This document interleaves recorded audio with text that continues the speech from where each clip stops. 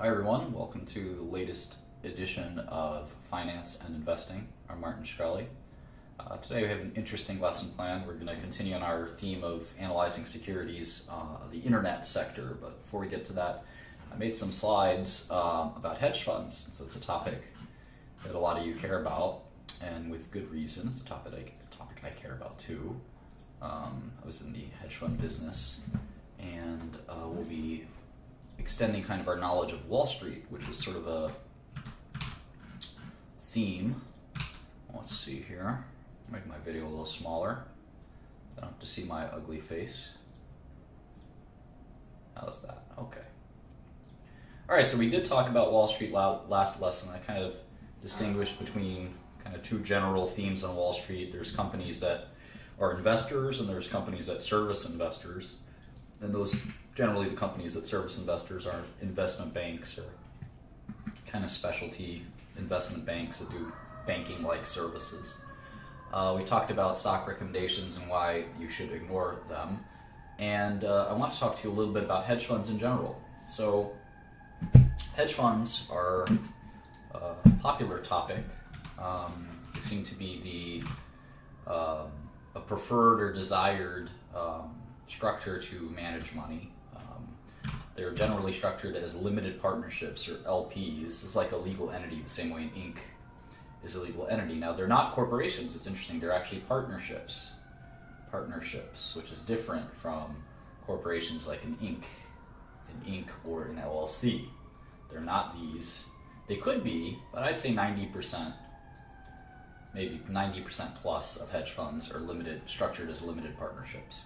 And so if you wanted to have, let's see, the e-lethal, that's someone who's chatting here, the e-lethal limited partnership, that's what it would be, e-lethal LP. This would be a hedge fund, and investors would invest in it, and the investors would be called limited partners.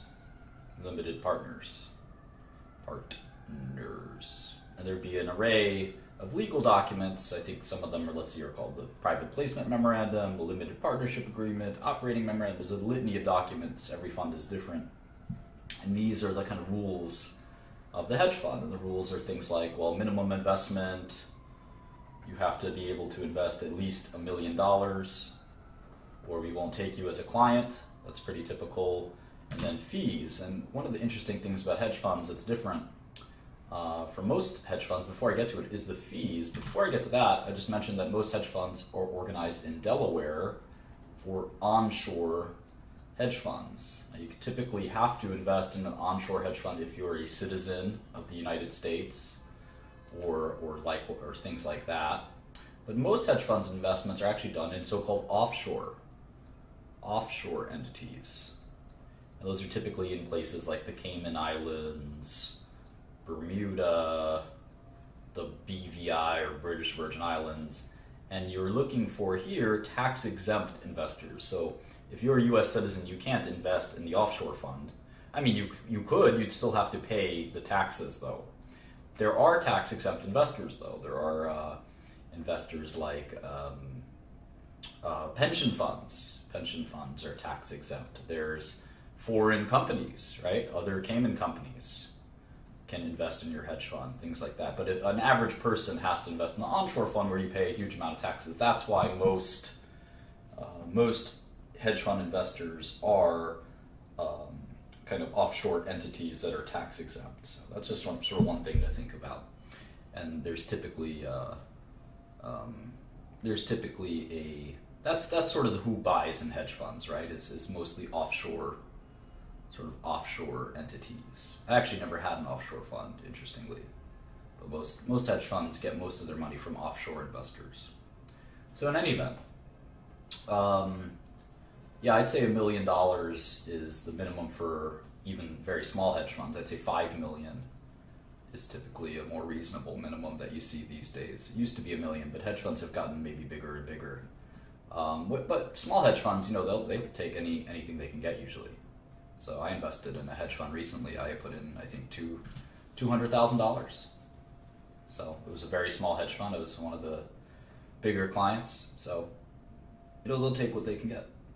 So the fees are probably the most interesting part of hedge funds, and this is why people kind of like them, is there are both management fees and performance fees. So a typical mutual fund, let's say it has a 3% management fee, is charged annually, but there's no performance fees. So if you put your money in a mutual fund, you put $1 million in, automatically they take 3%. So you're down to $970,000 right away, which kind of sucks.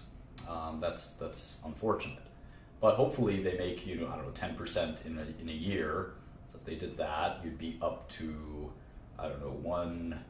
let's see, Carrie, let me try to do this math. It'd be like,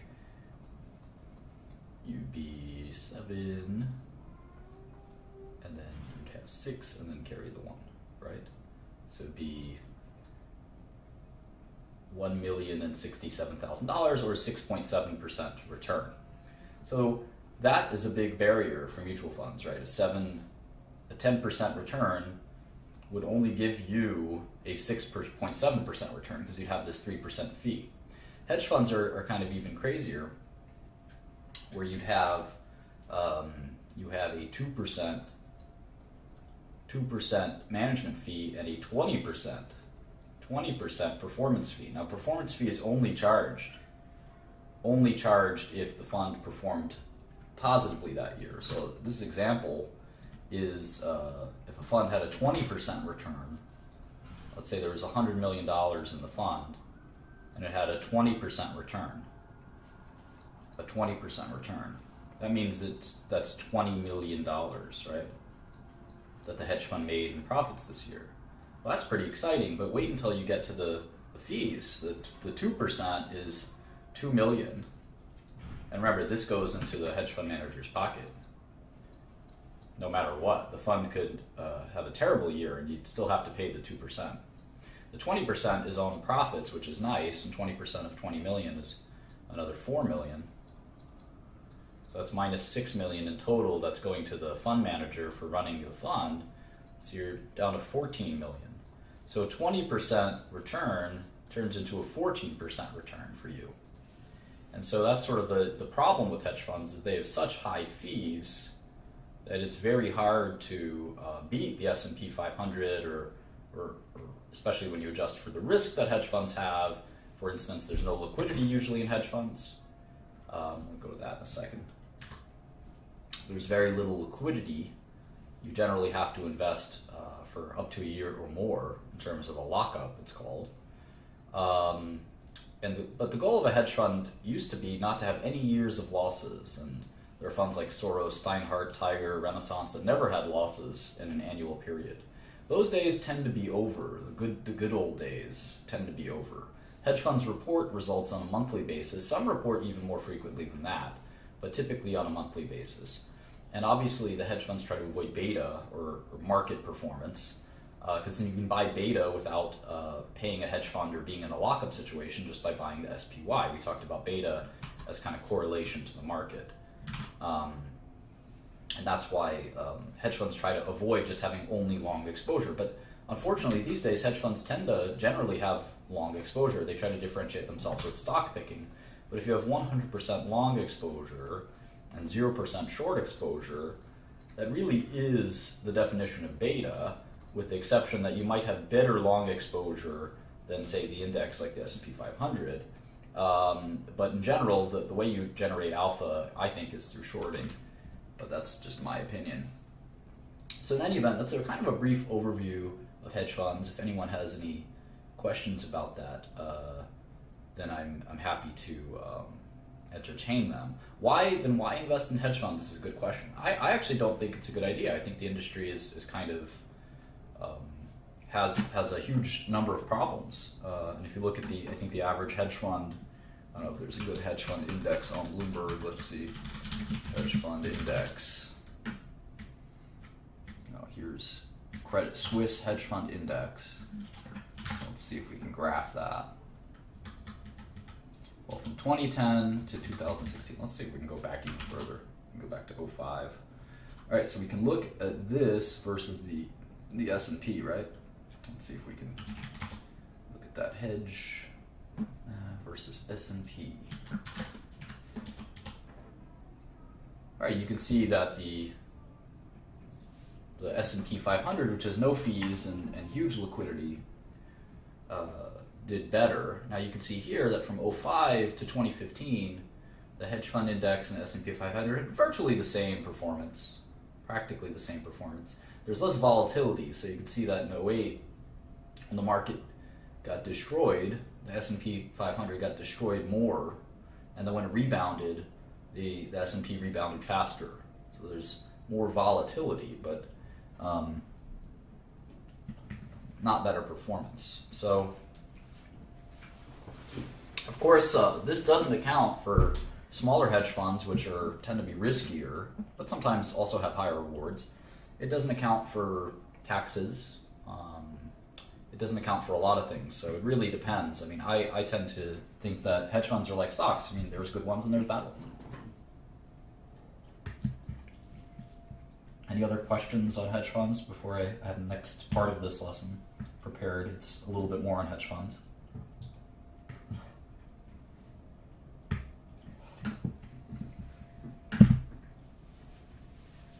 I don't think placing money in ETFs is a good way to invest. Hedge funds are able to advertise now. I think they still don't for various legal reasons.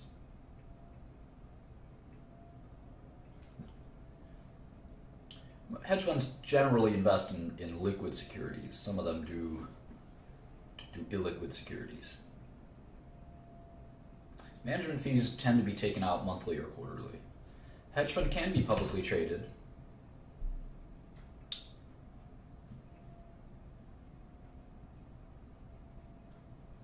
So anyway, let's go on to a few hedge funds, and this could kind of whet your appetite and make this interesting. Let's talk about a hedge fund called Renaissance Technologies. This is probably the most successful hedge fund ever. No one's exactly sure what its results are. In general, people think it had a 40 to 80% gross return for about 20 or 30 years, which is pretty incredible. Even if it were a 40% return, that's the most ever done. And a good example is in 2008, when most people lost a huge amount of money, the fund doubled its results, had a double in its performance. And that's after its 40% fee, so technically it probably had over 150% return. The hedge fund doesn't take any outside investors, and they manage about $45 billion. The guy who started it is a mathematician named Jim Simons. And what's interesting is he started the hedge fund at 40. So many of us watching this are not even 40 years old yet. I'm turning 33 tomorrow. And, it just makes you wonder, this guy had a whole new career, and he didn't know anything about this field at all. And he's decided to go into it, and he ends up conquering the field. So that should inspire you if you haven't decided. I meet kids who just say, I don't know what I want to do, and I'm 18 and I'm worried. Well, this guy didn't know what he wanted to do till he was 40. So I think... it's something to keep in mind. So in any event, how the fund makes their money is also very interesting. It's a fully automated and quantitative hedge fund, so it's all computer based. It uses a lot of different techniques to make money. There's a lot of different styles in the Renaissance portfolio. One of them is definitely high frequency trading, where it is trading stocks very quickly. But there's others, including Markov model and mean reversion techniques. So there's certainly a lot of different things that go into Renaissance's fund, sometimes called a black box. Most of the employees are mathematicians or scientists, which tells you something. We have a campus on Long Island near Stony Brook, which is where Jim Simons taught math. And again, most of their employees are mathematicians. And I want to show you something. There's sort of two ways to look up a company's assets. One is sort of the wrong way, and one is the right way. The SEC website is one quick way. You can actually just type Renaissance Technologies, and if you search through SEC filings the same way we search through company filings, you can get their 13F filing, which says here that they had $45 billion of equities across about 3,000 equities, and you can actually click here and see those equities. You can see how much they have in each stock. Now all these stocks get traded virtually every second or every minute or every day at least, and they have investments in virtually every company, and they're also short as well. I think their equity portfolio is market neutral. So if they have $45 billion of equity holdings, that means they have $45 billion of short equity. So that makes $90 billion. And remember, Renaissance trades bonds, currencies, and other instruments, commodities. So it's probably several $100 billion of exposure, gross exposure. But the assets that they have are under this thing called Form ADV, and that's a different website, and that's this website. And you can actually, this is where you have to disclose what your assets are, which is completely different from the 13F, and you can sort of search through that with that website. It's advisorinfo.sec.gov.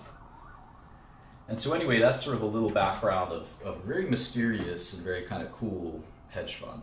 And yeah, it is true there, the definition of diversification. But you can only achieve the kind of a trading they achieve through computerized trading.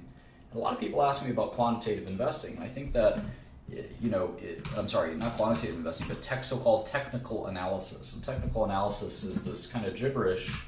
I kind of think of it as voodoo, sort of as more or less been debunked as a technique. Sort of this voodoo. It's up there with me in astrology trading or rolling dice. Dice rolling, these are techniques that you should not use. And technical analysis is one of them.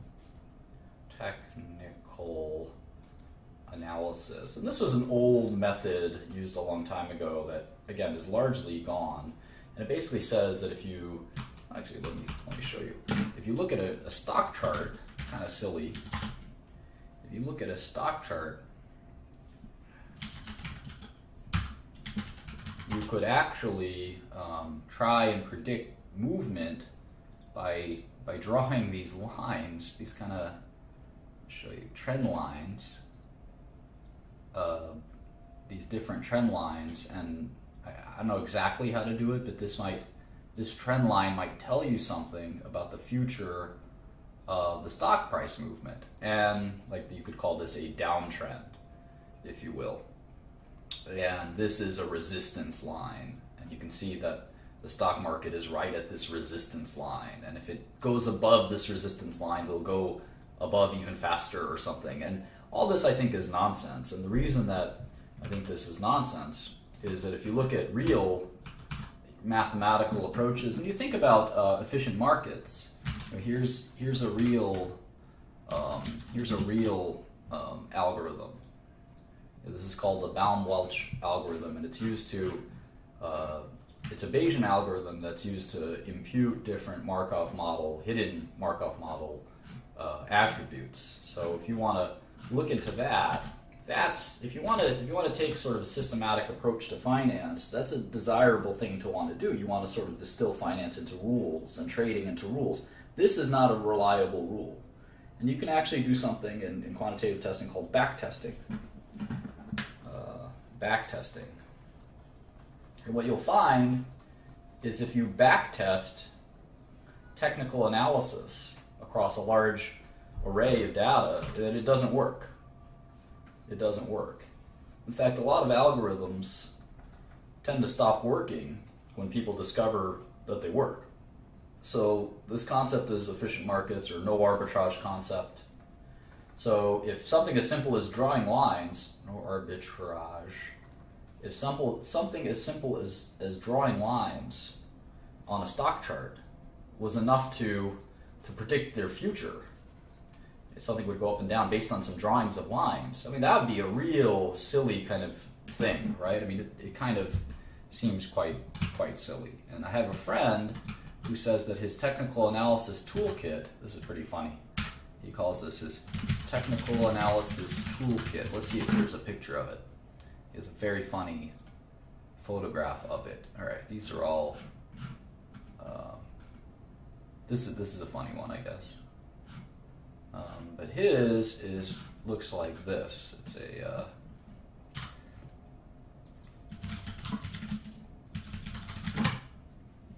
he gave someone Crayola crayons as his technical analysis toolkit because it reminded him of drawing lines on a stock chart to trade millions of dollars. Seemed like a pretty funny thing to do, and it certainly seems that way to me. So in any event, that's sort of he gave someone a box of Crayola crayons and put a Post-it on it and said, "This is your technical analysis toolkit."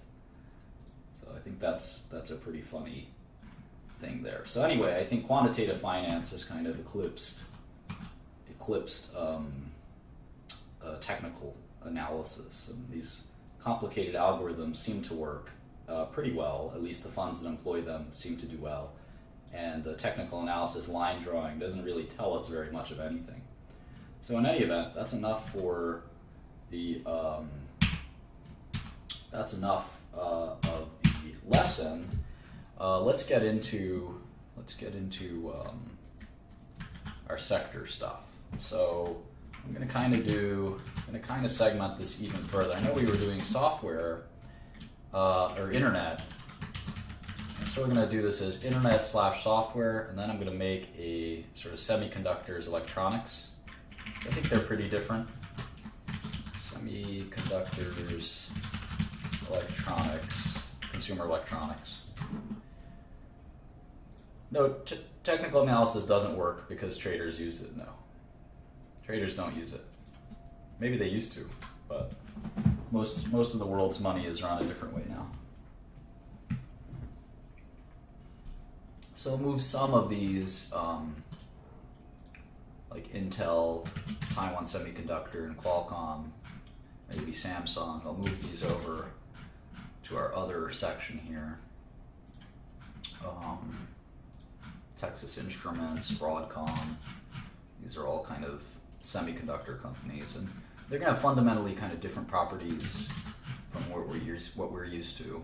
Cognizant is neither of those. Applied Materials, ARM. These are all semiconductors companies. Very different properties than internet/software companies, which is kind of what we're going to try to focus on. Broadcom, ASM Lithography, NXP, these are all semiconductors.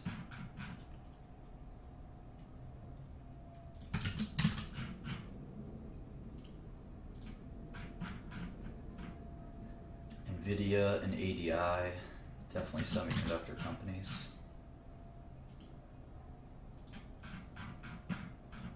Oh yeah, I'll make my camera smaller. That's a good idea, thank you.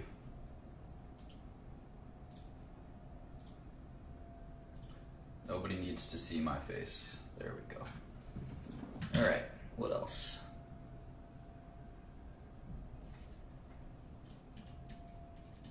A couple more of these. So let's look at Twitter. That could be an exciting one. That one jumps out. Everyone knows Twitter. Twitter's ticker, I think, is TWTR, right?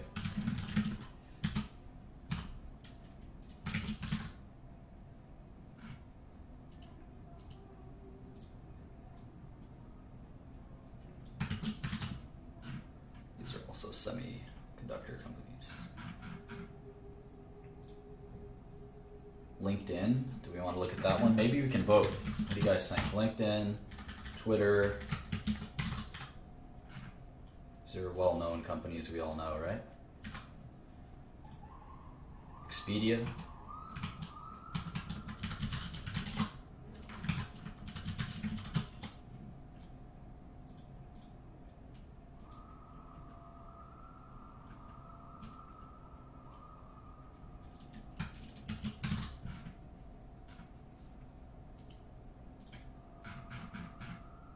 We did a little bit on Alphabet already, so I would say you have choices of Priceline, SoftBank, Baidu, Netflix, JD. Canon and Sony are not software. Let's get to those.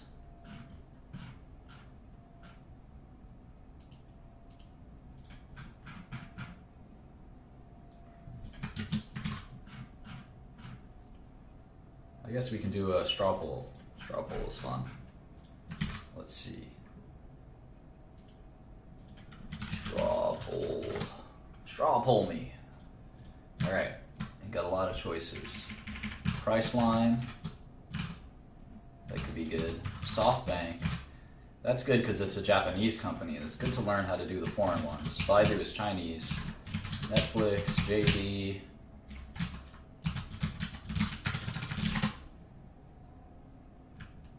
JD is foreign too. eBay, Yahoo. Yahoo Japan. It's going to be good to learn like subsidiary structures and stuff like that. Fujifilm and Hynix are not software companies. Let's move them over there. HP is not. Hedy is not. NetEase is.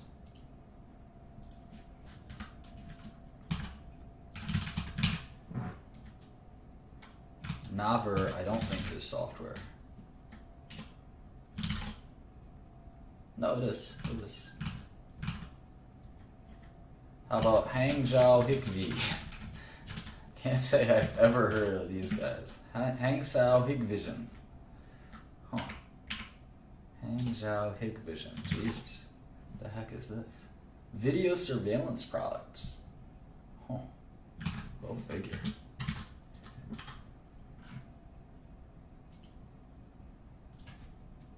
Yeah, Bing is a Microsoft product.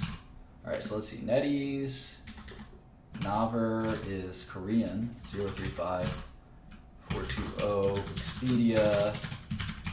Who else? Ctrip is CTRP. Ctrip.com.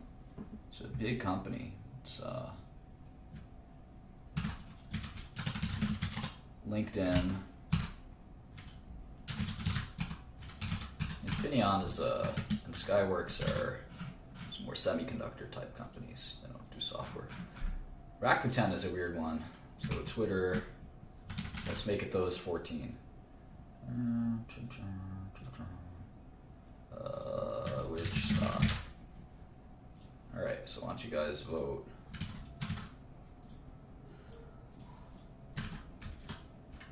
Let me know.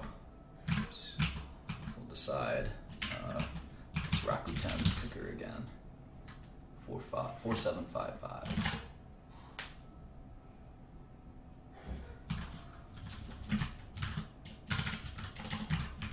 MediaTek. Someone's like coughing their lungs out in my hallway. Wondering if I should go help them. Dilemmas, right? Renesas Electronics. Huh. Semiconductor company.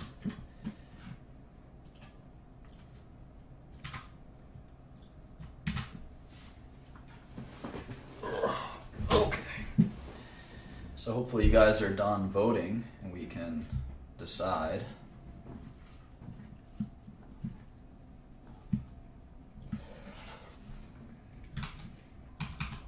Let's see what the results are. All right, most people want to look at either Twitter or Netflix. We can do both tonight. How about that? Let's do both.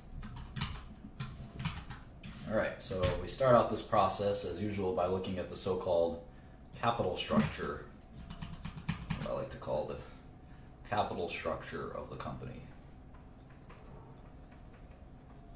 A quick way to this capital structure is stock price, shares outstanding, market cap is 1 times 2, cash, debt, and then 6 is 3 minus 4 plus 5. So these are all kind of fundamental, and this is the enterprise value. And the other way to look about capital structure is to think about it as seniority. So debt kind of is first, and equity is second. And in complicated companies, you have different kinds of debt. You have senior debt, for instance, some kind of junior debt. The junior debt is still senior to the equity. And maybe draw this upside down, I don't know, but I think of this as first, second, third. In bankruptcies, these guys get first dibs, and then these guys could sometimes even get completely evaporated. 6 is, let's see, 3 minus 4 plus 5. Market cap minus cash plus debt equals enterprise value.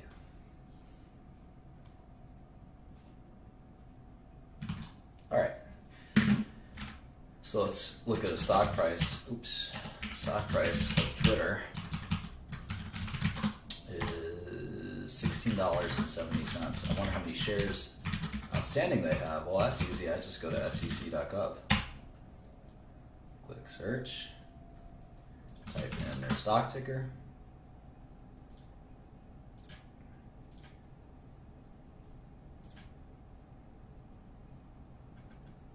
And we can see that they have 697, almost 700 million shares outstanding. I like to write the date, and I'll just do it to the closest quarter end, which is Q415. So now we know the market cap immediately is 11.6 billion. And so that's like I want to call it small. 11 billion is a lot of money. Where am I going here? Best in class. All right. I wouldn't call that small.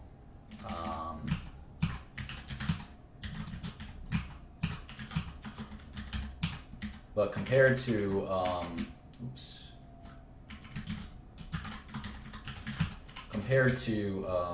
these companies with 300, like Facebook's 300 billion, and Twitter's 11 billion. I use Twitter more than Facebook, and Facebook is worth 30 times as much. Pretty crazy, huh? Twitter's even smaller than Yahoo. So we'll look at Twitter in a second. Yeah, I think Twitter will get acquired. I do. But that's a whole other story. Let's maybe I'll change my mind after I look at this stuff. So let's not jump to conclusions. So financial statements, here's the balance sheet. And if any of you want to look along. I wouldn't trust the market caps you get from the finance websites. I would just do your own.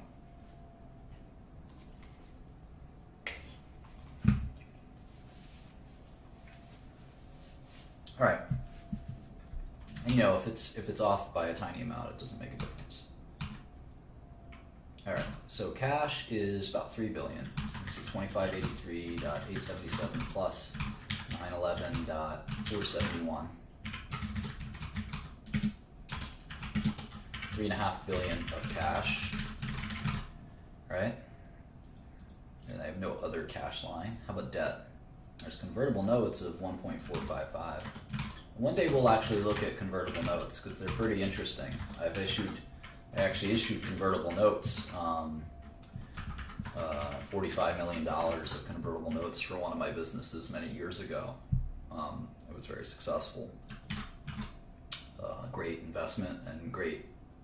Convertible notes are kind of between equity and debt, sort of like polar covalent bonds are between polar and ionic. Convertible notes have both stock and debt-like features. If you think I'm going to stop my lesson plan to answer an irrelevant question, then I would encourage you to leave. I'm trying to give a specific lesson on Twitter. So unless you have a specific question about Twitter, please go away.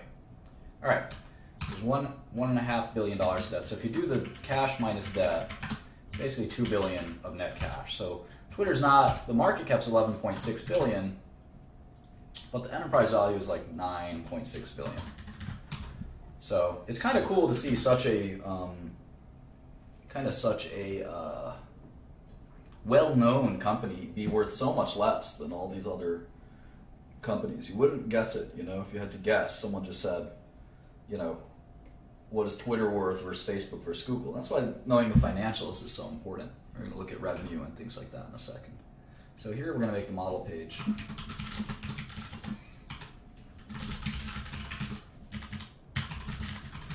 I just like to put in like the last 12 quarters, including, or just 12 quarters, some past, some future. always right adjust. And I can highlight a whole cell by holding control, a whole row, a whole column, excuse me, by holding the control button on the keyboard and pressing spacebar. Then I hold shift and I press the forward arrow. I just hit the right adjust button and that settles that. That's, if you double click the line between two columns, it shrinks the column. So there's a bunch of little tricks you learn over time. It's not too hard. It just hyperlinks it so you can quickly jump around the model. Anyway, then you want to do the annuals. So I like to go out to 2030 or 2035 in terms of the DCF. Revenue is the same, sort of the same line everyone has. So it's kind of, this is pretty cool. So you see the revenue, 2218, $2 billion of revenue. They had 1.4 billion the year before and 664 the year before. So clearly amazing growth, right? Year over year, growth was 58% revenue year over year. So pretty blistering growth. And so at 2 billion in revenue, let's see what their gross margins are. So cost of goods sold is much higher than I would have thought.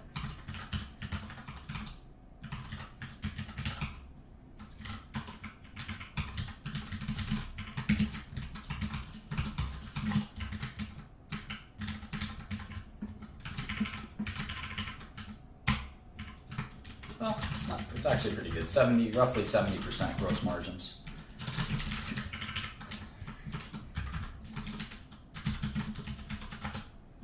So let's see, how about selling, general administrative, sales and marketing? Look at that R&D, crazy. General and administrative, sales and marketing. All right, so sales and marketing, 871.491. Prior year, 614.110. Prior year, 316.216. That's just sales and marketing. That's just advertising. I don't even know what advertising Twitter does. They're supposed to be the place that they advertise. I guess they have ad sales reps, and the ad people go to the big companies and say, I want you to advertise on Twitter. That seems like a lot of spending. Sales and marketing as a percentage of revenue is about 40%. I wonder what it is for Facebook and Google. It's much lower.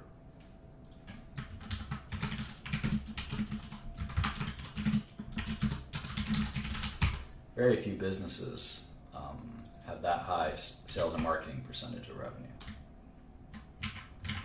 G&A, general administrative, that's just like headquarter costs, lawyer costs, auditors, stuff like that, 261 million. And then R&D, somehow they spent $806 million on R&D. I don't know where that's all going. That's programmers. Basically, that's programmers. So operating costs, you can see that they're actually unprofitable. Twitter lost $450 million last year, which tells you something. All the other companies we've looked at thus far make money. So Twitter seems like they're intentionally losing money. And they have interest expense. And they would say that they're investing in their future, but I would say they're losing money.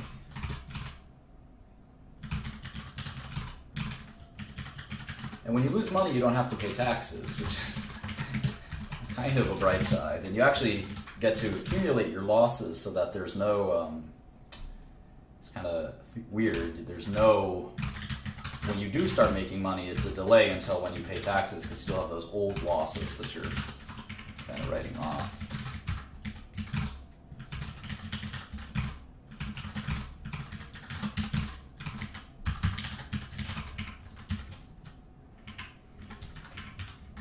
Yeah, they should probably cut their costs.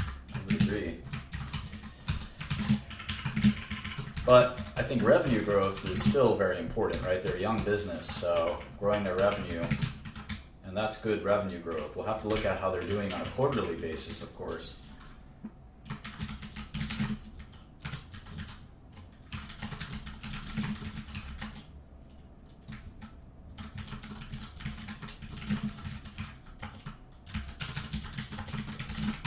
because maybe that revenue growth is slowed down on a quarterly basis. So let's try to see if we can determine that. So I like to draw a line that I can just move every quarter, just move it over every year as well. So I know what the estimated versus the actual is. That's the difference here. Cash flow from operations, they actually are positive, so keep that in mind. And if you look at CapEx, it's about equal. So it looks like they have a ton of different non-cash expenses.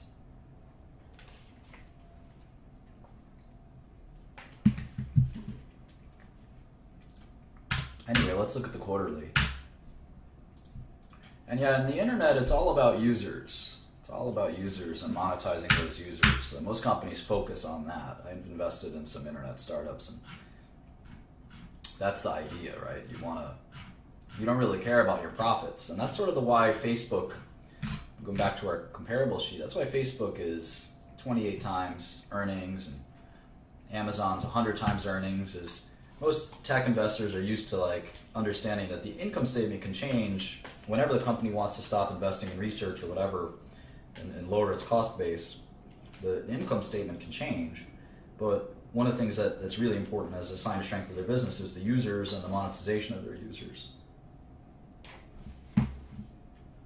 Eventually the rubber has to hit the road and they have to start making money. I think everyone recognizes that, but Twitter is negative. Negative net income, but maybe positive cash flow. So anyway, let's look at their,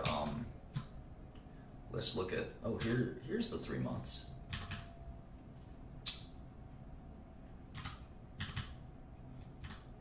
All right. So still fast revenue growth. 710 from 479. So what's that year over year? 48% revenue growth. That's amongst the fastest, right? Where's that? Last quarter revenue growth. 48%. That's amongst, in fact, that is the fastest. That's faster than Facebook. That's faster than Tencent. That's faster than Alibaba. It's way faster than any boring company like IBM, Cisco, or Oracle, or Intel. So Twitter's the fastest growing company that we've ever looked at.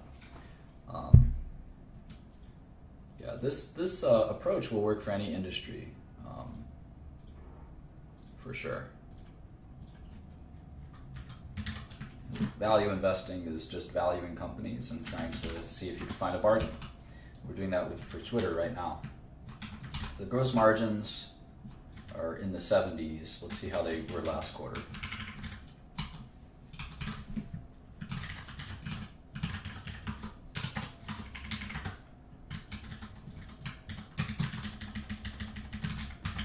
%. So they have high gross margins too. So that any revenue growth will kind of lead to earnings growth faster. That's what happens when you have high gross margins. If you don't understand why, you should get out a spreadsheet and play around with it yourself, and you'll see very quickly why.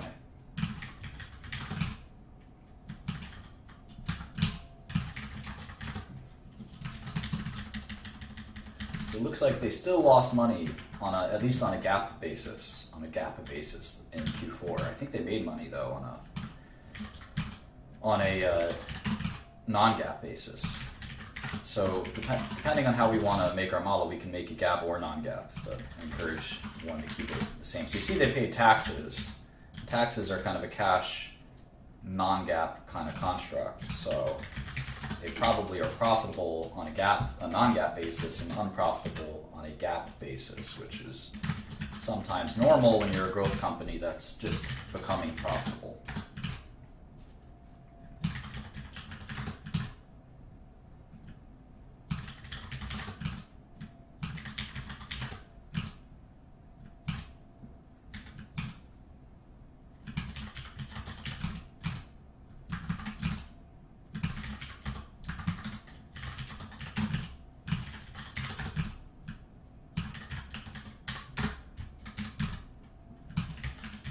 All right. So yeah, 48% revenue growth is still extremely fast and very exciting. Because the whole idea is that the revenue growth will continue, and hopefully growth in costs will be less than growth in revenue. So let's take a look at what growth in costs look like.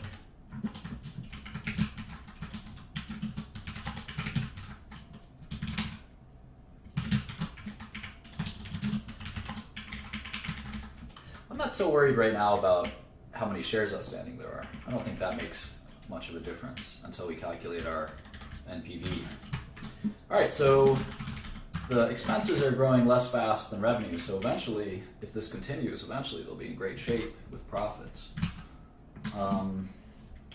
Perhaps we should do, they do have a quarterly cash flow, so you can see on GAAP basis, reported net income.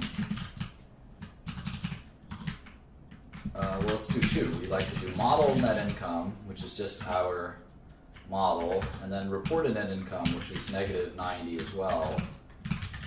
And then you can see that the cash flow from operations is actually 99 plus 99 million. So all these add backs, we call them either add backs or adjustments. Let's see what the bigger ones were. You can kind of see that stock-based compensation, I never like to see that as the biggest one because ultimately that is a cost. DNA is a little bit different, and the rest seem pretty small. But stock-based compensation is maybe some of that stock is now underwater, but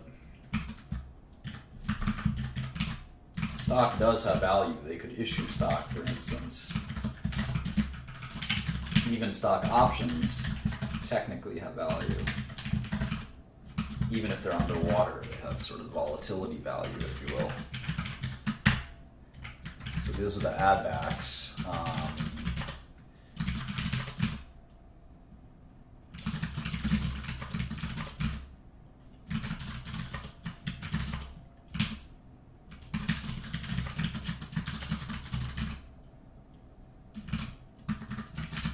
All right, so you can see that they made 100 million in cash flow from operations. Remember, cash flow from operations doesn't include capital expenditures, which are costs that are capitalized on the balance sheet and are expensed over long periods of time. They're assets that were purchased in that period that have a useful life, important two words there, a useful life of more than 1 year. And you can see the purchases of property and equipment here are about $80.46 million. So technically, Twitter made $19 million that quarter, which is a pretty small amount. We'd have to sort of back out a number of these things, and I'm not necessarily comfortable backing out stock-based compensation, but I'm certainly comfortable backing out DNA. Now, the thing about DNA is that it just about equals CapEx, so really they offset each other, and what you get is a break-even business, roughly. But that's also excluding $155 million of CapEx. I'm sorry, of stock-based comp, and I think that's unwarranted just because, like I said, I mean, giving stock to your employees is the same as giving stock to anyone else. It's worth something, and it's just as much an expense in these lines as if you were to pay them cash salary. It really doesn't make much of a difference. So some people like to exclude stock-based compensation, and there's a lot of philosophies on that. It's pretty advanced finance as to whether or not you think over the long run stock-based comp maybe comes down, but there's really a lot to think through there. So anyway, we'll kind of keep thinking about that. All right. Yeah, definitely don't give me pointers. I know what I'm doing. All right, so stock-based comp, so they have non-GAAP net income of 115 million, but again, that's excluding all of this stock-based compensation, which I'm not necessarily comfortable doing. And you can see that they give you the stock-based compensation expense by function. Now this I'm comfortable doing add-backs on. So here's amortization of intangibles on cost of revenue is 10.4 million. So actually we'll go in here and deduct 10.405 million. And immediately this is a non-GAAP model because you can see the delta between model net income and reported net income. So I can do that here as well. Yeah, I've been valuing companies for 15 years, so I think I know what I'm doing. I don't need your advice for sure. All right, 4949.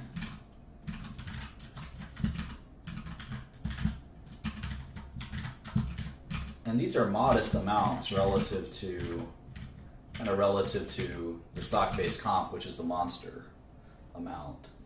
And the reason stock-based comp is a adjustable expense is because it's not a cash expense. But again, giving someone a load of stock is not totally different from giving someone cash in many ways. So there's some restructuring expenses here too, which you could deduct, which I will deduct.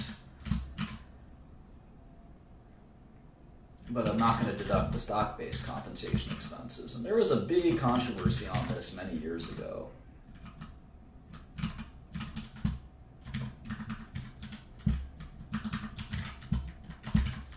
R&D 8746 minus 0.064. Okay. Last year they didn't have any there. Okay, so if you deduct those, it's a $39 million loss, operating income loss. Which again, so for Twitter, even at $2.8 or $3 billion of revenue, they still are not profitable, which is kind of shocking in many ways.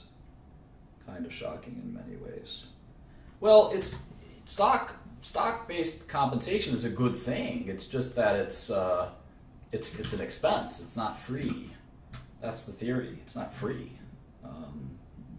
And so you have to find a way to expense it. And that's not easy because it depends on the price of the stock, and there's this Black-Scholes value, and it's sort of all over the place. But hey, now let's kind of read this update together. How about we do that?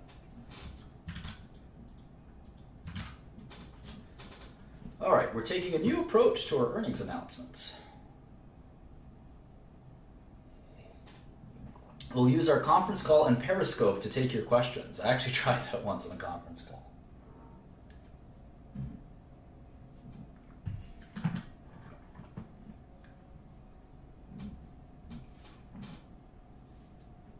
Adjusted EBITDA. So again, they're trying to say they're profitable, but it's a little hard to digest. Active advertisers. I've never seen that metric. They have 130,000 active advertisers. I don't know that makes a difference. 5 years from zero revenue. Is that right? Wow. Twitter founded it was founded in 2006, but I guess they didn't have revenue until, I like to write when they were founded, 2006. Founding in 2006. Anyone know when Facebook was founded? Well, EBITDA can be useful, just you have to look at the Facebook founded in 2004. Yeah, they've done a little bit better of a job. Only a few years apart, too. Microsoft was 1979, right?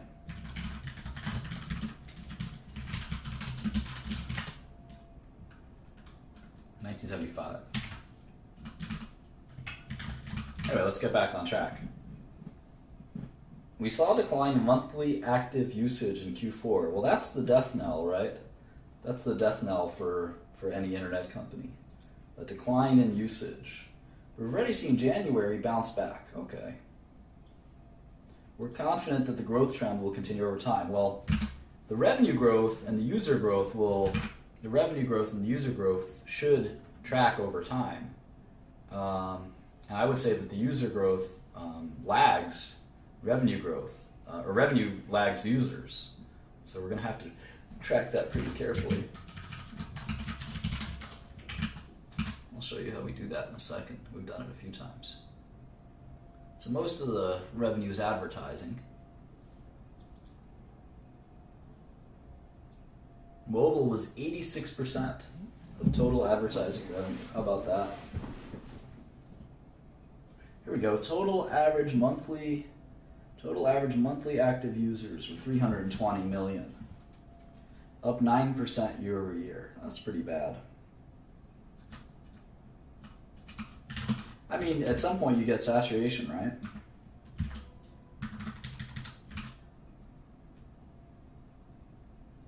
And it was 320 last quarter, so that is flat.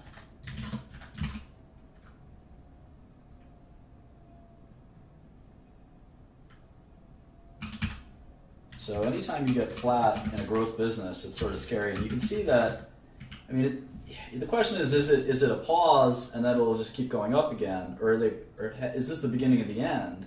We know that Facebook's at 1 billion. So if Twitter's going to stop at 300, well, look at the business. It loses money.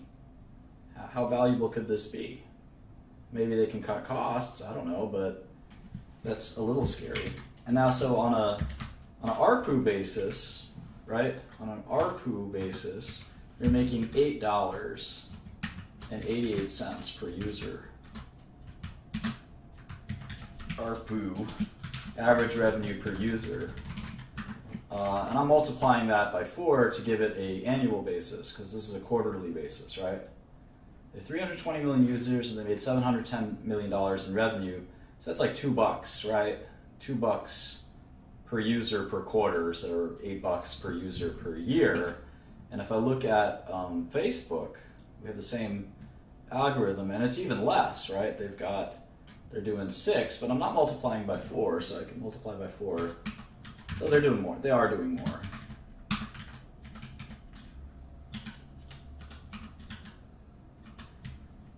Facebook is getting about 2 to 3 times as much. 2 to 3 times as much, right? Out of their users. But they're also growing users. I mean, Facebook, look at the user growth is 17%. 17%. And they have more users, so it's harder for them to grow. So the fact that Twitter had not a down quarter, but a flat quarter, I think is very worrisome. Very worrisome.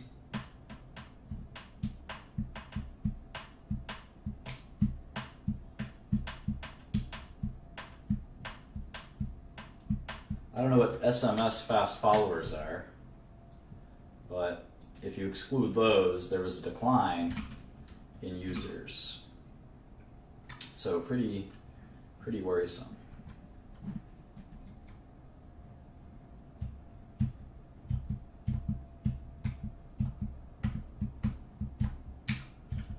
Periscope.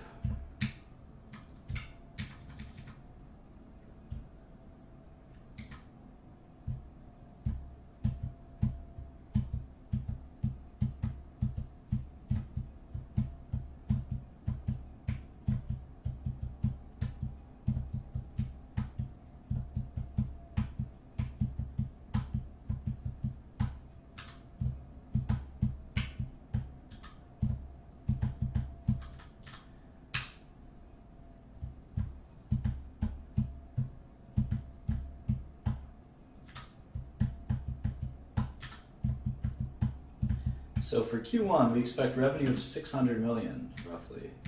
That's pretty interesting, right? They have revenue of 595 to 610. That's also kind of worrisome. I don't know what revenue was last year, though. Let's look at that in a second.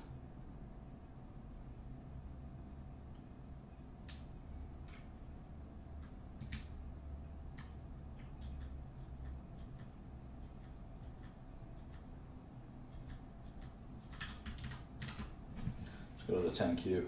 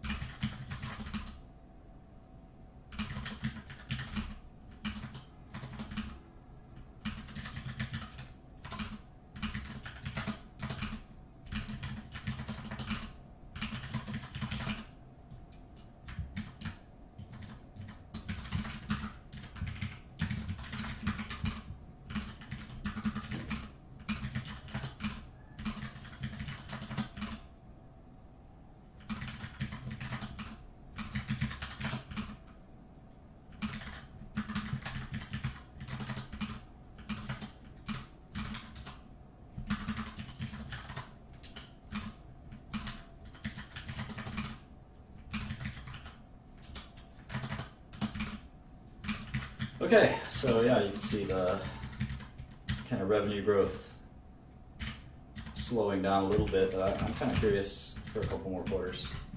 Let's do a few more.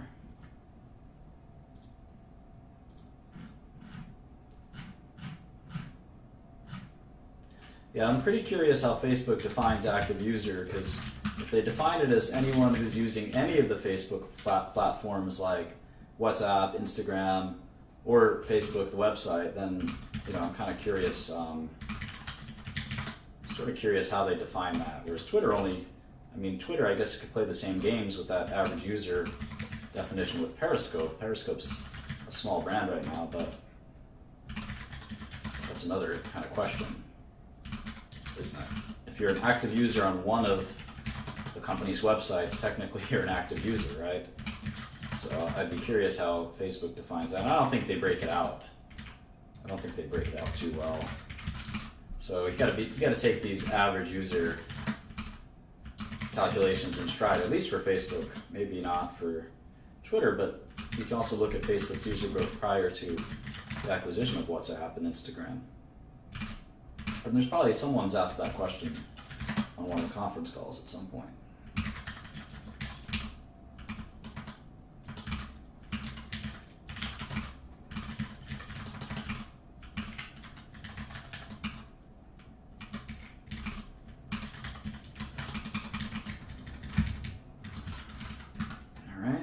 So 60%, 61, 58, 48. Now for the final quarter. Very curious about this one.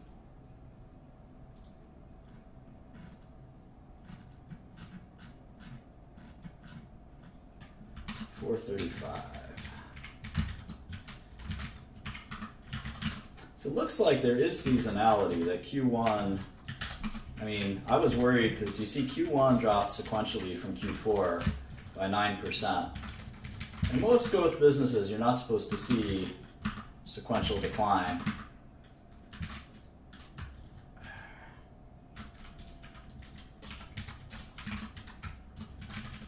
And so the fact that they're telling us there will be another sequential decline, I'm not sure that that's that worrisome.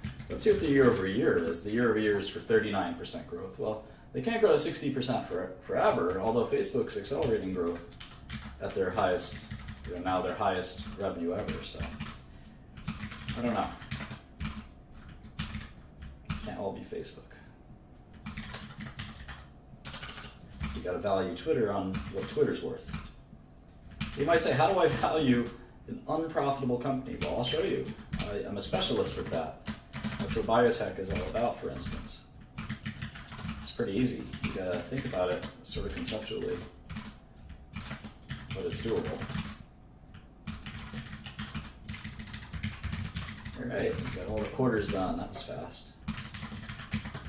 Now you never have to do them again. That's the good thing. It's a little bit of work up front, but once you're done, at least you know the numbers are right. You don't have to trust some program. And it only takes you a few minutes, and you learn a lot about the business that you don't get to learn if someone else does it for you. So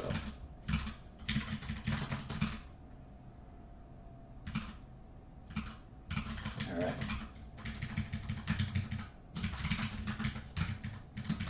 so let's do a little bit of forecasting. Maybe gross margins stay in the 70% range. I don't know, hard to say.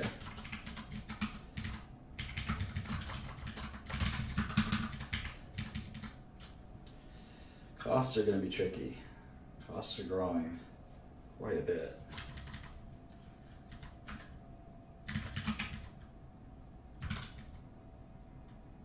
R&D costs are slowing down in growth. That's kind of interesting. You can see the last few quarters, they have contained their R&D costs quite a bit, and that's what's driving the operating income improvement. You can see they were losing $100 million a quarter, $150 million a quarter, and now they're losing far less.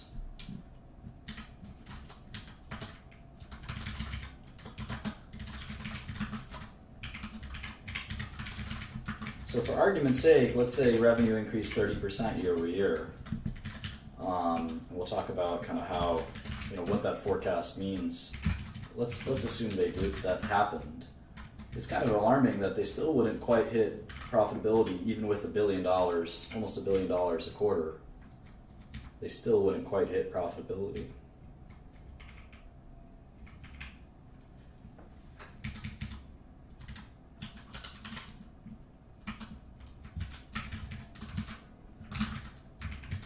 Even if they scaled better, they still kind of wouldn't quite hit it, which is very alarming. Because it's not like they have a big depreciation headwind or tailwind. It's capex seems to equal DNA. So it's a very alarming thing that's going on at Twitter. But let's try to start to do the annuals, and let's try to see if we can get a long-term revenue forecast. And this is where we have to get pretty philosophical. So if you want to understand what a business is really going to be worth for the long term, it's pretty hard. It's pretty hard. And you have to be able to be very conceptual and theoretical about it.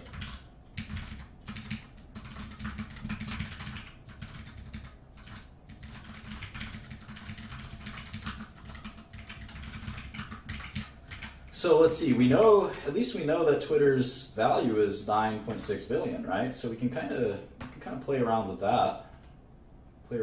Conceptually. That's a good starting point. In math, there's this concept of inversion. There's two great mathematicians who said anytime you encounter a tough problem, invert. So Jacobus was a famous calculus pioneer, and he said, invert. Always invert. And then Descartes was another mathematician, logician, who invented this way of thinking called reductio ad absurdum.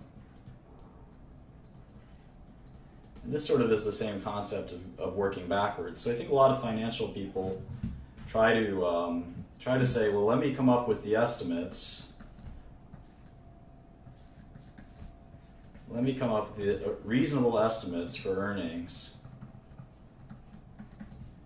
X, YX, ZX, etc. And I'll take the NPV, which is some kind of discounted cash flow of these estimates, and some of these discounted cash flows. And what a more reasonable thing to do is reductio ad absurdum. So what you want to do is look at the value of the company. In this case, it's 10 billion, and you can say, well, what stream of earnings will give us a reasonable market value of $10 billion? And we know from doing this a number of times, say $1 billion at steady state with a 10% discount rate is worth about $10 billion. We also know that $500 million of net income at an extremely low discount rate of, say, 5% is worth about $10 billion. So can Twitter ever be a $500 million net income company? And the answer is sure. I mean, it's a $3 billion revenue company, and that's only 20% net margins, right? Most of these tech companies have operating margins north of that. So why couldn't Twitter be worth $10 billion? Well, it is. It's worth exactly $10 billion. So we have to sort of think about this stuff pretty conceptually, and we'll talk about that more and more. But certainly, it's going to be hard to come up with earnings numbers, because in 2016, I'm not sure Twitter's going to make any money. In fact, I have them losing $327 million. So the PE is not even a negative multiple, or the EV to earnings is not even a negative multiple. It's just not applicable. So let's see what we can forecast for 2017. Let's assume their growth slows down a little bit to 20% growth. I still have that 70% gross margin. And sales and marketing, let's say they start to get their leverage going. They only have 15% cost growth, and their R&D growth is slowing. They're still not profitable. They still are not quite profitable yet, which again is alarming.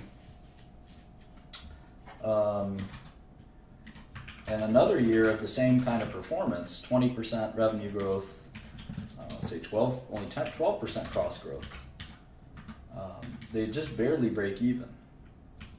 So they need to really evaluate what is it about Twitter that over the long haul, what is it about Twitter?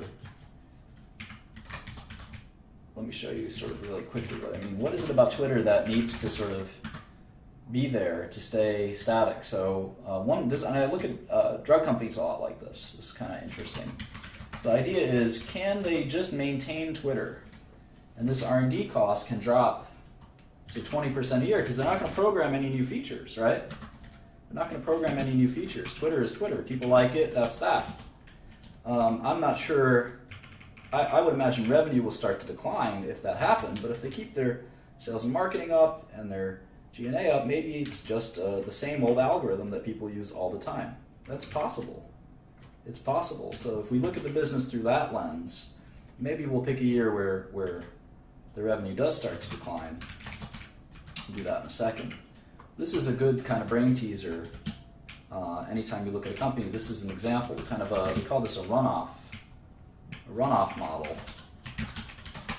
And the idea is, what if they stop developing R&D completely?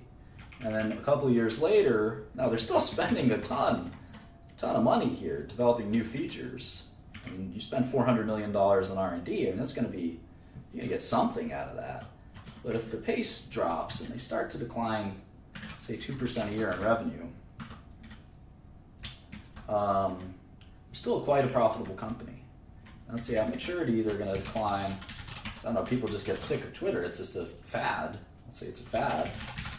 Discount rate's going to be pretty high. In fact, if we're giving discount rates out like 8% to Facebook and Amazon, I'd say we have to give out 10% to Twitter, right? And that's why the relative discount rates are so much more valuable than doing WACC, WAC, or let's say WAC is WAC, but or CAPM or something like that.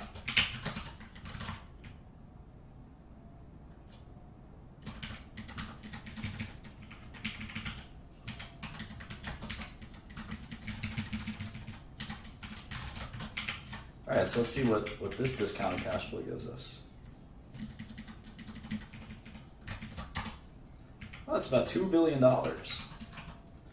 So this is like, I don't know if we call this an optimistic scenario, but under this scenario, Twitter is worth significantly below what it's trading for, which means it's a short.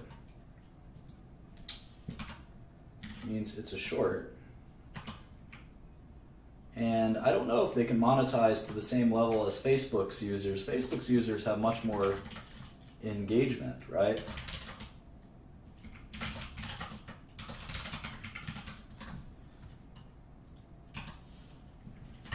So I have the shares worth $7 as opposed to their current price of $16. So you can make some money shorting it. But in any event, maybe they could. You know, let's see if we had.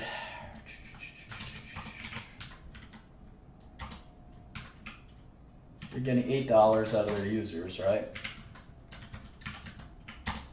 And I'm assuming their users stay flat, and they get up to $13 out of their users, which is still not quite Facebook's mode.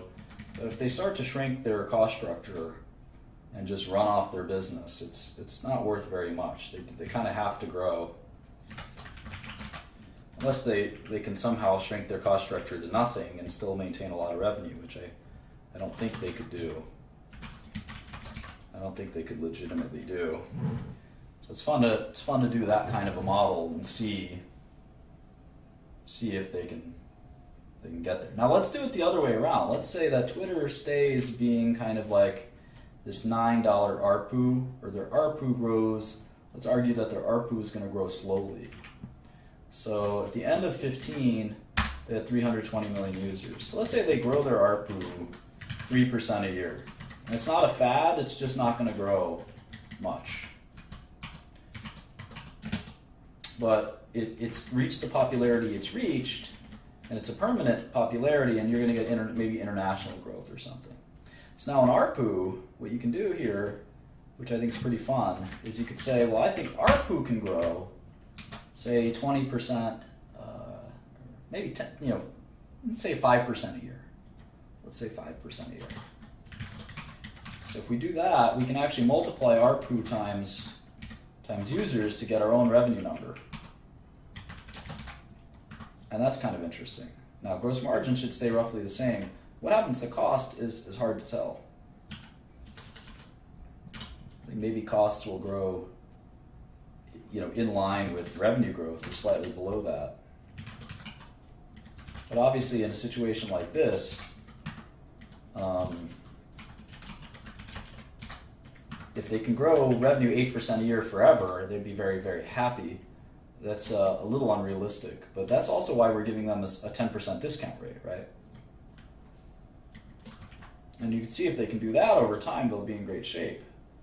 But even then, it looks like the shares are not worth. That's a pretty rosy scenario, right? That's a pretty rosy scenario. And even then, the shares aren't worth that much. Now, maybe the next few years will be the super growth years.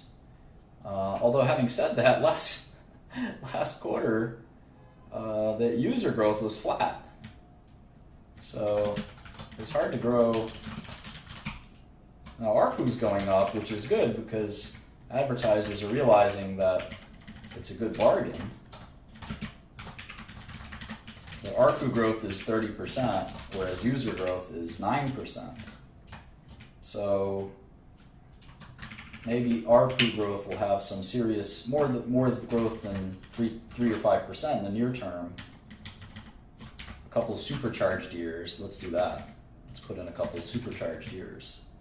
So for 2017, let's assume it's like 25% ARPU growth and 20 and 15, then it slows down to 5%. So they can get Facebook-like ARPU at some point. Today's Facebook-like ARPU. Then you get $30 a share.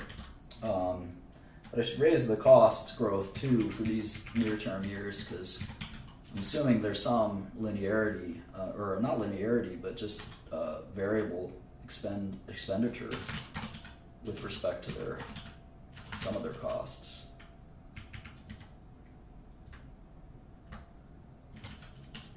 So anyway, there's $25 a share.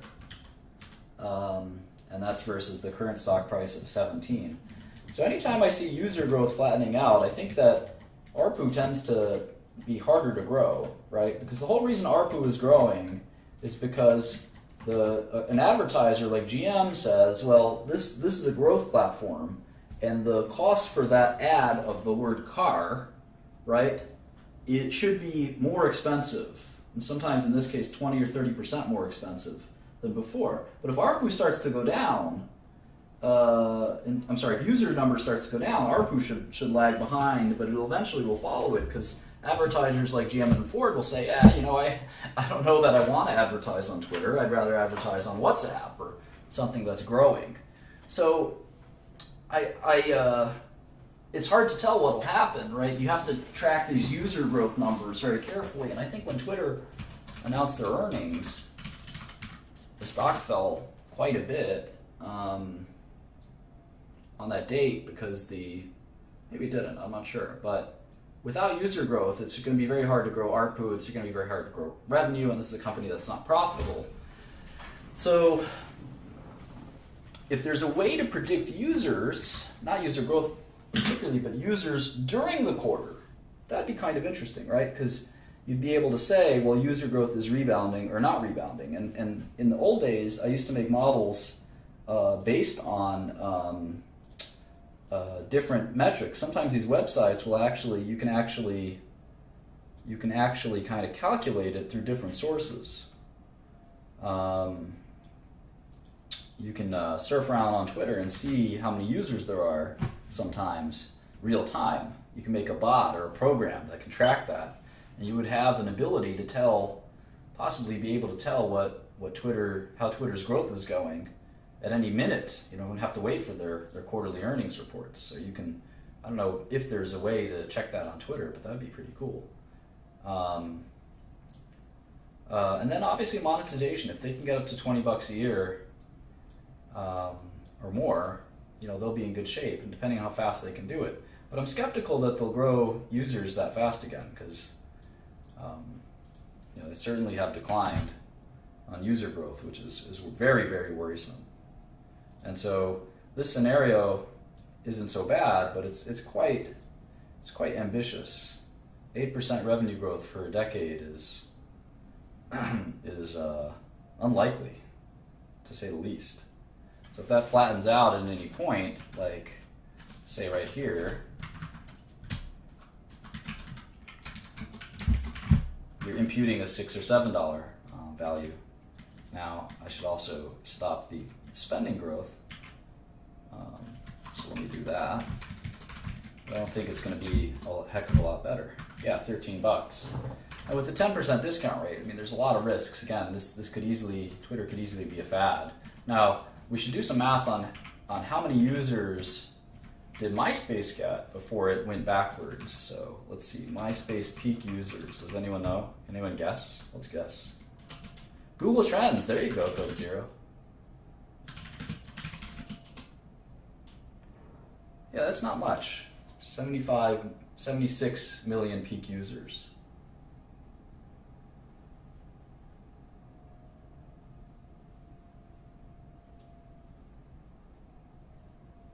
So it's hard to say that at MySpace, it's hard to say Twitter's a fad. I mean, MySpace went from 0 to 75 back to 0. How about Friendster? That was a pretty big fad.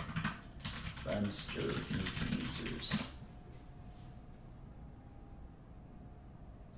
100 million users.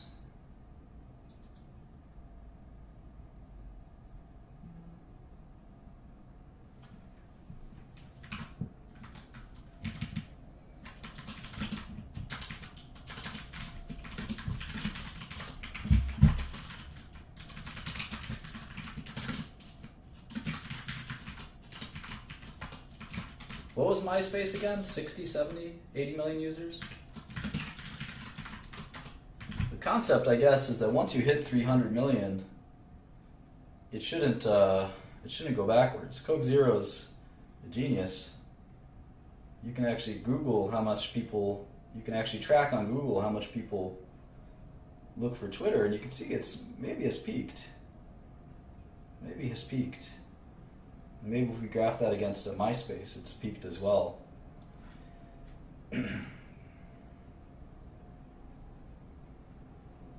Now maybe we should add some other terms. Yeah, MySpace.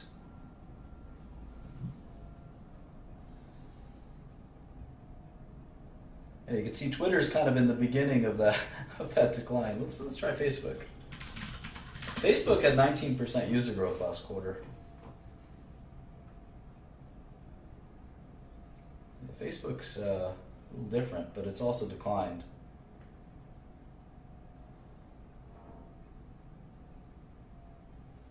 Let me take out Facebook and add WhatsApp.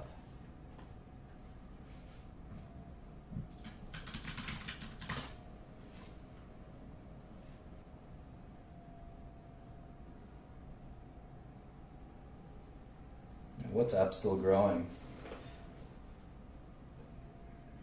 So this is a fun way to look at it, for sure. We're going to try to do a lot of these philosophical questions of how to look at companies like this, because it's not easy. The traditional ways is basically impossible. This is not a private equity type business. We have to think really conceptually about ARPU and users over long periods of time, and we're going to even become philosophers thinking about Maslow and other kind of seemingly irrelevant things, because the question is, do we need Twitter in our lives or not? And if the answer is yes, that's probably more important as a brand. It's more important than these numbers, because if the answer to that is yes, it'll have 20-30% growth in ARPU for years to come, right? And with minimal user growth, and then a plateau. Even then, with a plateau, you will have a substantially valuable company. So you hear $40 per share. And then obviously if it's useful in our lives, the discount rate won't be 10%, it'll be more like 7%. So you'd have a $56 stock instead of a $16 stock where it is today, and this would be a great buying opportunity. Now, if you were more skeptical, then you could obviously change these numbers, and you could assume advertisers will run scared from Twitter, and all these numbers are significantly worse than what it is. So we just have to sort of think about what it means. We have a celebrity culture, someone's talking about celebrities and things like that. It's all true. So we definitely have to think more and more philosophically. We can't solve the Twitter puzzle today. And again, our goal as investors is to find, hang on one second. Our goal is to find, get a lot of funny messages here. Our goal is to find,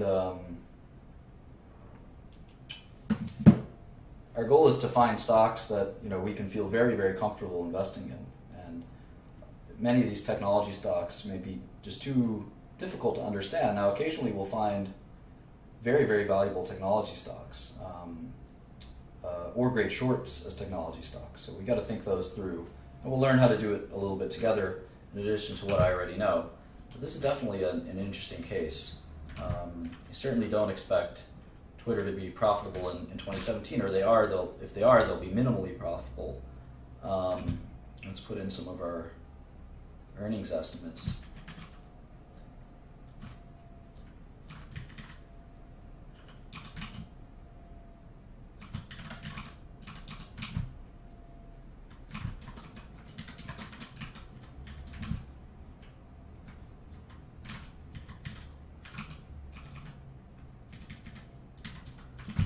So yeah, I think learning. You should always have the expectation that it's going to take you 100 plus hours to try to understand what the value of the company is, and even that is, like I said, it's a guess. You hope to be 60% right. You hope to be right 60% of the time. That would be a great batting average, so to speak. 60%. Well, this has been about an hour and a half, so I think I'm going to take questions, and we'll save LinkedIn for tomorrow. Yeah, active users is they give active users every quarter. So let me go to sec.gov real quick.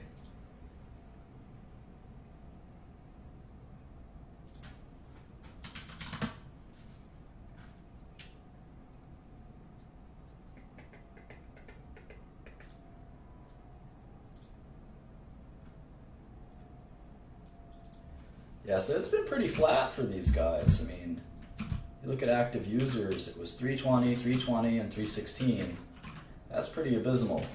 That's pretty abysmal. Now, ARPU's growing like a weed, but if users don't start growing, those gains in ARPU will stop as well. I mean, Twitter will be an important place to advertise if you're Ford and GM and Toyota, but it won't continue forever. They got to get user growth back in gear. That's a very, very weak user growth. Yeah, we're going to do NVIDIA for sure.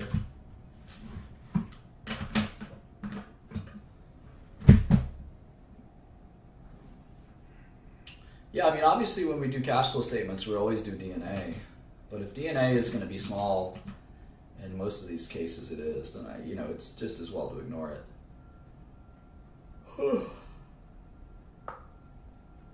Up 11% year over year in Q3.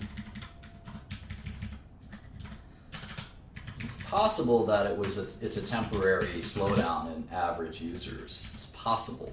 It seems unlikely. But you get that double whammy. If you get like 10% user growth and 10% ARPU growth, you're getting a ton of revenue growth.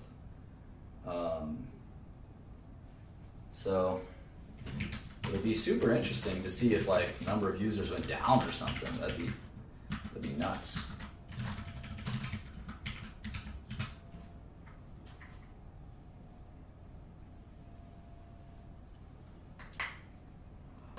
I don't know, Indiana James. Facebook is a pretty long-lasting fad. Like I said, it's about 10 times the number of users Friendster and MySpace ever had. So maybe it'll peak eventually, but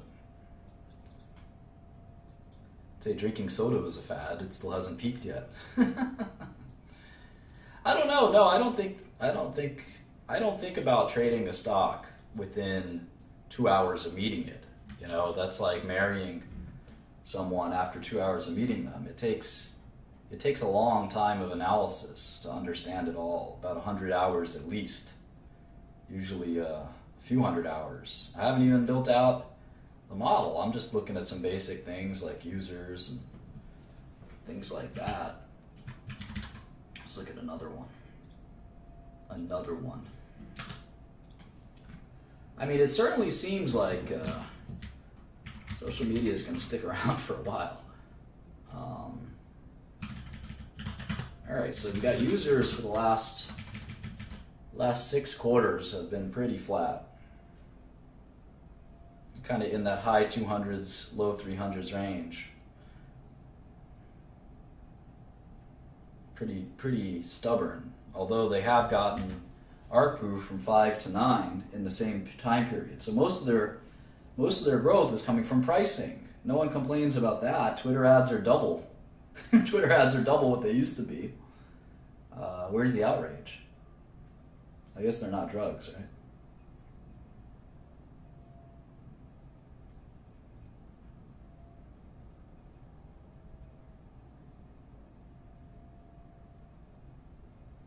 I don't think the internet was less big when MySpace and the internet wasn't 10 times smaller when MySpace was a thing. MySpace just was an early adopter of social networks.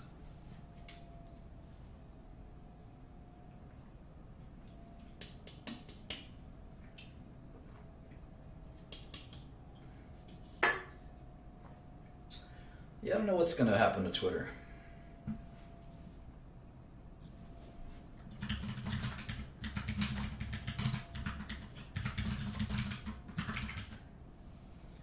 User growth up 9% year over year, but flat sequentially. And it's been flat sequentially for 3 quarters. Just about. Yikes.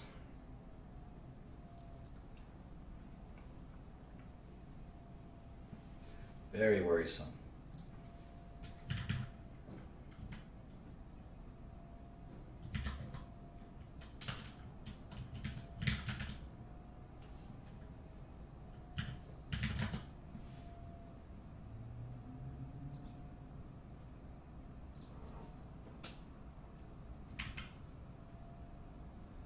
It's interesting that ARPU kind of never declines.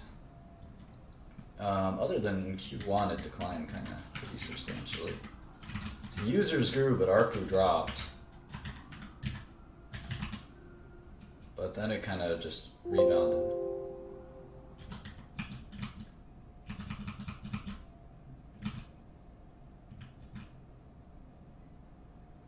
Well, hopefully this didn't get interrupted, but I got disconnected briefly, but recording still worked.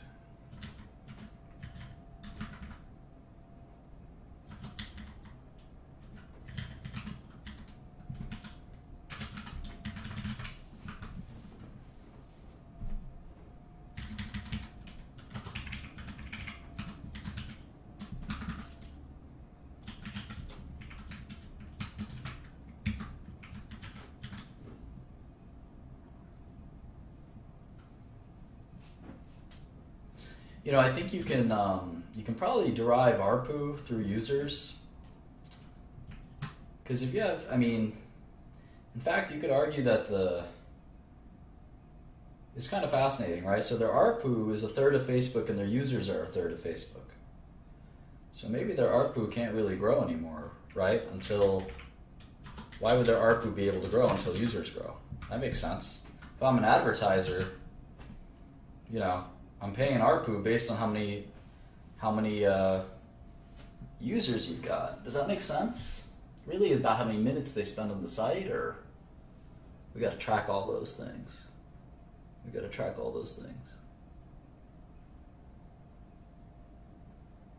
got to really dig into what does it mean to monetize a user.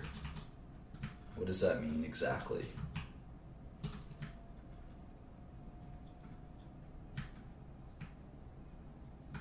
So that's kind of what the internet's all about. Yeah, I don't know how much I trust their user numbers either, but their user inflation is not uncommon, but that's more for maybe private companies.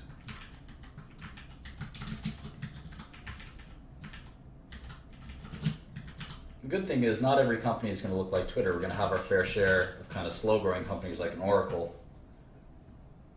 or a Microsoft, right? Last quarter, Apple and Microsoft lost, 2% revenue growth. Not everything's going to be hard to value like Twitter, so we got some good old classic value stocks as well.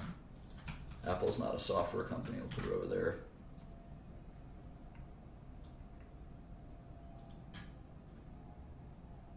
We'll do LinkedIn next time. So I'm going to head up to Blab. So thanks for listening. This was fun. I hope you enjoyed it. And until next time, I'll see you soon.